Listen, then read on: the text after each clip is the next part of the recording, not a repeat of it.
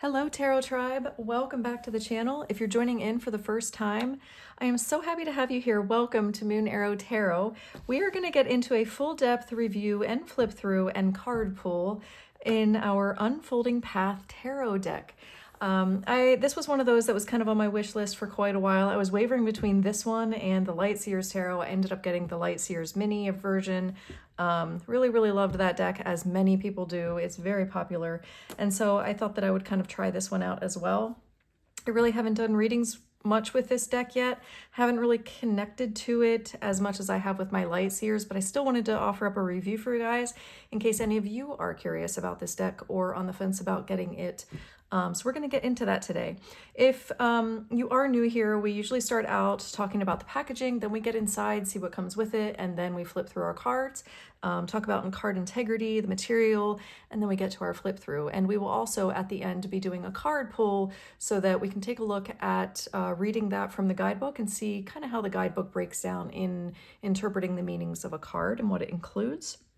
If you are simply just interested in the aesthetics and you want to see what all of these cards look like, feel free to zoom forward to that. I have the timestamps below in the description that you guys can just get right to the good stuff, I guess.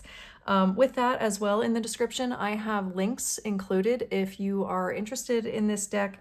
The link below for the listing at the publishers is down there, as well as any links for the illustrator or the creator. So if you're interested in seeking out more of their works, I have that information for you in the description. So everyone, with that, I think we're good to go to get into this review. Let's start talking about the packaging.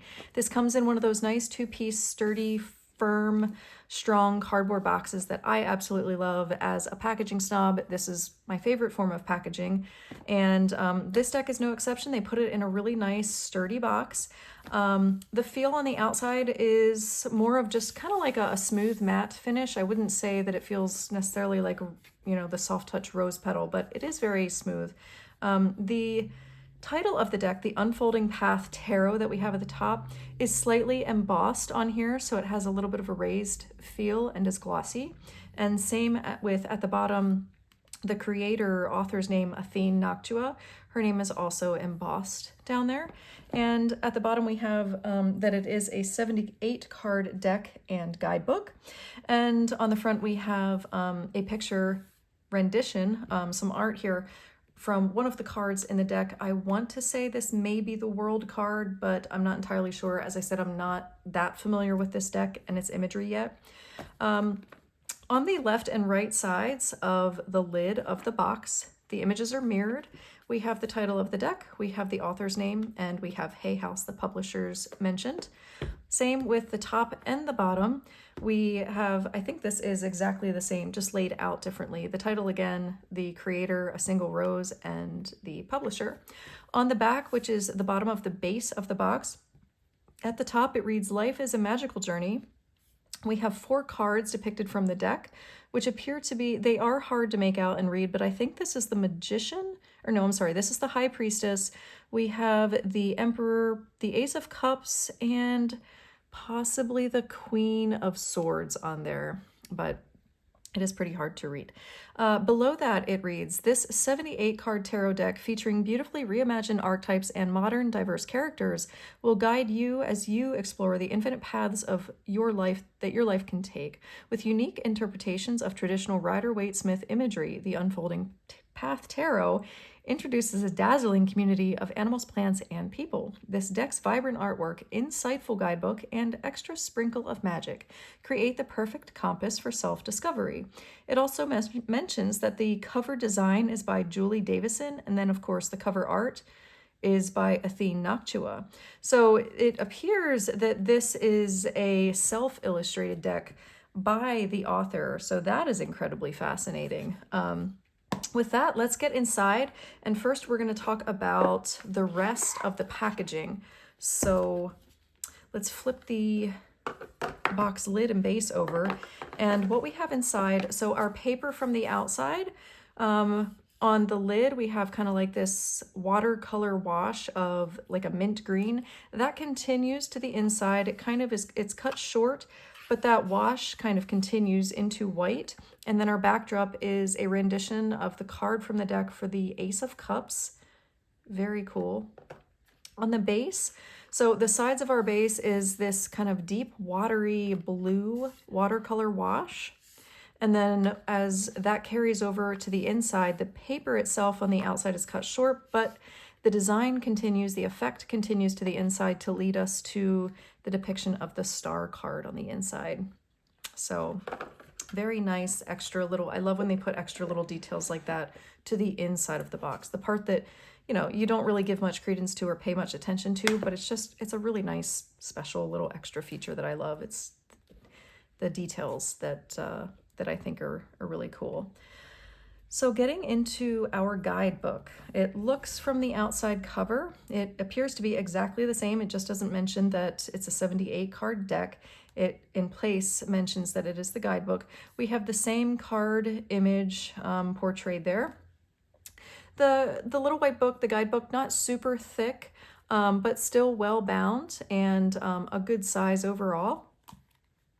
Let's talk about the spine. We have the name of the deck, what looks like a little rose flower there, the author creator's name, and again, the publisher. On the back, we get some more information. It looks like the first portion, though, is the same blurb that we had on the back of our box. Begins and ends the same, so I will spare us reading the same information again. But below that, we're now getting an introduction to our creator. We have a photo of Athene, and beside it reads, Athene Noctua is the artist and creator behind several oracle and tarot card decks. Her creative process is deeply meditative and forms a key pillar of her spiritual practice. Placing herself at the service of spirit, she works to create divination tools that open a channel of communication between us and the divine. Living deep in the English countryside on a renovated canal barge, her art is inspired by the energies and cycles of life in the natural environment around her. Very, very cool. Nice little kind of sneak peek into a bit of the artist and author's life. I love the fact that, you know, this is a self-illustrated deck. That's a huge undertaking. That's not just writing a guidebook and putting in entries for each of the card meanings, but I mean, that's coming up with all of the art. That's got to be a huge undertaking. So definitely props to Athene for this project that she's created for all of us to enjoy. Getting into this guidebook so we can get some kind of an introduction on how it's laid out. We have our introduction, then we have some basics on tarot, and then an entry on using this deck itself. She also includes some card spreads in here and then breaks it into the major arcana and then the minor arcana with additional separations based on the elemental qualities, the suits, so wands, cups, swords, and pentacles. And then at the back of the book, we have another bio about the author and then some acknowledgements. So our introduction is pretty long, so I'm not going to read that out loud. Like I said, we have a tarot basics section. I do want to show you guys the part where she has included some spreads in here. So we have card spread. She includes a single card spread, a 2-card spread, 3-card spread, the Path to Self-Love spread, which is now 4-card. We also have another 4-card, Where the Path Will Lead Today, My Soul's True Path spread, which is for 6 cards. And that looks to be the final one before we go into the major arcana. So I'm going to pull to a random page here. That's our majors, and then we have our minors. So with our majors, it looks like we have the card number in Roman numerals at the top of the page with the card name. And then we have a bunch of quick words for our card, and then the breakdown. There are no pictorial representations. This looks probably why it is such a small, a thinner book for this deck is each card has a single page. It does not extend into more than that. So that kept the book, you know, pretty succinct and pretty small. And like I said, there's no pictures, just a quick little synopsis there of the card meaning itself. But we will get into that more at the end of the video once we are done with our flip through and we pull a card. So with that, guys, let's take a look at these cards. We will get into the mechanics of these. They feel pretty thick. I would say maybe a moderate thickness. They have a good pliability though, and I think that coincides with their shape, you know, that long standard tarot deck shape. Although I think that they may be a bit more on the slender side, but the flexibility is pretty good, and the durability feels like it may hold up decently well too. Not on the super thick side, so not like utmost card thickness quality, I would say. It's moderate. Yeah, I would say it's moderate. We can take a look at the backs here and the finish. We have a smooth matte finish, and the card back is fully reversible. So that's always appreciated for those who do include reversals in their readings. And the design that we have on the back, it looks like a very slight sliver of a crescent moon, and then some floral. I'm not sure if that's a rose. I'm not super great on my florals. And of course the foliage along with that, with a backdrop of what looks to be a watercolor wash, possibly of water, almost like it's a reflection in ripples of water. So that's really cool and pretty. Just want to make sure I'm putting that card back properly. So let's take a couple of these cards. So for my riffle shufflers, that wasn't my greatest riffle shuffle example. Okay, so these cards do have quite a bit of manipulation, and they do hold that that shape from the riffle. Let's see how well they bend back and how pliable they are to retain. So they do okay with a bounce back. There's a little bit of bend still in there on the ones that were farther on the outside that were kind of getting the worst of it. But I think overall they do pretty good. The paper, the cardstock does an okay job of bouncing back. For my hand over hand shufflers here, this is one of those decks because the finish, the smooth matte, that they're going to shuffle just fine. I myself, as we're getting our cards out of alignment here. Myself as a hand over hand, I appreciate the smooth matte. While it's not my absolute favorite finish, it is the easiest to work with. So if you are primarily hand over hand, you will appreciate that smooth matte finish on these cards. And the same goes for my corgi shufflers. If you like to fan them out on a table, with time, as you break the cards up and get air in between them, they will glide flawlessly, I believe, the more they are used and kind of broken up there. And let's talk about shape and size. So with my small hands, looks like a pretty standard tarot card size. I maybe even bordering on a bit more slender, but every deck looks different to me. I don't memorize the shapes very well. It just is what it is to me. Holding the deck widthwise and then holding the deck lengthwise. Yeah, it's overall, I would say it's a very close, if not standard shape and size. And notice that we do not have any gilded edges. This is a raw white paper cardstock edge. And the coloring on these cards is not edge to edge, so everything for the most part does just look white. I'm not really seeing much color coming through because of the way the aesthetics, the illustration on the cards is pretty much kept in there. But my friends, with that, I think we're good on our card integrity. Let's get into our fun flip through with these cards. And as you can see, as I was just mentioning, the imagery, the artistry, the paint or the ink, it doesn't go edge to edge. There is kind of like this this border to it. So that's why the paint, I keep saying paint, I don't know why. That's why the ink, the color is not bleeding edge to edge when we look at the sides of the cards. I'm gonna zoom in so that you guys can see this a little bit better and that I don't have to hold these cards up to the camera. That should be good. And with that, let's get into it with our major arcana, obviously starting with the Fool. And number 1, the Magician. 2 with the High Priestess. 3 with the Empress. Number 4, the Emperor. 5, the Hierophant.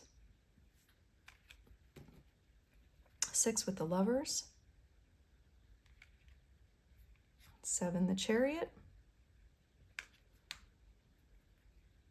8 is Strength. 9 with Hermit. And 10 for Wheel of Fortune. 11 with Justice. And 12 is just Hanged instead of Hanged Man or Woman, just Hanged. 13 with Death. It also has the rebirth effect to it, depending on whether it's upright or reversed. That is cool. 14 for Temperance. 15 with the Devil.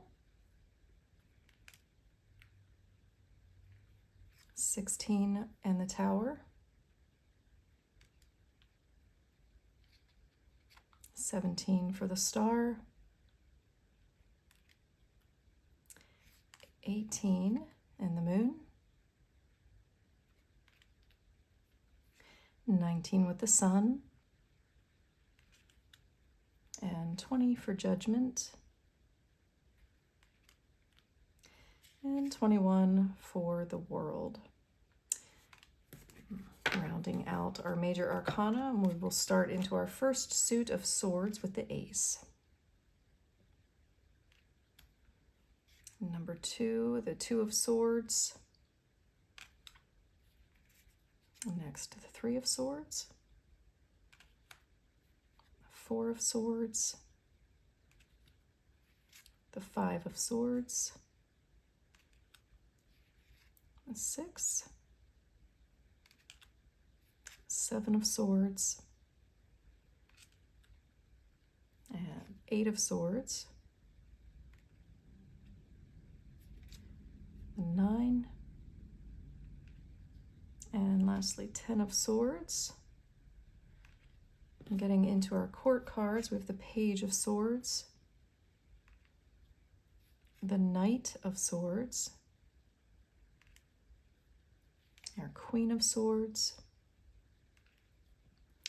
and our King of Swords. Next, we have our suit of cups with the Ace that we have already seen here on the inside of our box. The 2, 3, 4, and 5. Number 6. Number 7. And the 8 of Cups. 9 of Cups. And ending with the 10 of Cups as we get into our court cards of the suit of cups with the Page, the Knight, the Queen of Cups, and finally our King of Cups. Next we have our suit of wands with the Ace and the 2, 3 of wands, the 4, and the 5 of wands, 6, the 7, 8 of wands, 9 of wands, and finishing up with the 10 of wands. Moving into our court cards with the Page of Wands, the Knight of Wands, the Queen, and lastly we have our King of Wands. And moving into our final suit of pentacles with the Ace, 2 of Pentacles, 3, the 4 of Pentacles, and the 5, and the 6 of Pentacles, the 7, 8 of Pentacles, the 9 of Pentacles, and lastly the 10 of Pentacles, and finishing up with our court cards, the Page, the Knight of Pentacles, the Queen, and finally our King of Pentacles.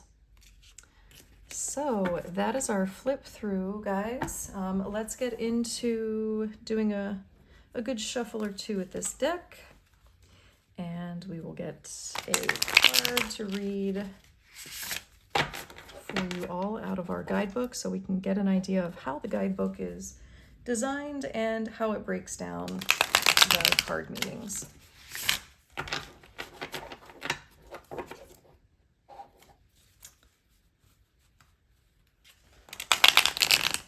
All right, that should be a good shuffle, riffle shuffle. Let's just run through these here with a hand over hand, and we can see, we'll just pick a random one out that seems to draw my attention. All right, let's go with this guy and see what we've got. All right, oh my, we're talking with we're looking at the 8 of Cups. So let's get in here. I'm gonna have to use I think the table of contents, because we don't have, so when we open a page, okay, so there's the cups, but when we open a random page, that's something that I just noticed. It says the number at the top, but in no way does it let us know, unless, like I just did, happen to open up to the title page of that minor suit, of knowing which suit it is. So as I open this up, I'm sure as we begin to read it, I would know, but initially looking at it, like, which 8 is this? So let's get into this card description. So we're looking at the 8 of Cups. At the top of the page, we have the card number. It does not mention the suit, so keep that in mind, but it does then go into the quick words and then the overall description. So we'll read that. Number 8, walking away, disappointment, loss, letting go. It is time to move on and turn your back on the past. What once brought you happiness no longer does. If it's not to be, then steel yourself for the future and face the new world. While this may at first come with the sadness of what could have been, once the decision is made and the first steps have been taken, you will discover it is filled with new opportunities and adventures. Let the message of this card empower you to wave goodbye to people, places, or things that no longer serve you. This phase has ended and a new one is about to begin. So, as you can see there, it's pretty much just giving an overall kind of high-level view of the card meaning in an upright position. No reversals are included, and no imagery is inside of the book. We also are not given on each page the suit name, so keep that in mind as well. I was not aware of that before I had opened this up and read this card, you guys. But we are left there with some keywords, which is nice and can be convenient when you're still learning the cards. So everyone, with that, I hope you enjoyed this. I hope it's been insightful, whether or not, maybe you're on the fence and considering this deck. Maybe you already have it. If you do, please feel free to leave a comment below and let us know like what your experience has been with this deck, if you enjoy it, if not, but why. And if you have enjoyed the review, if you enjoyed the flip through, please consider supporting the channel with a like, share, or subscribe. And with that, guys, I really appreciate you all being here and joining me for this review. And I look forward to seeing you all in the next video.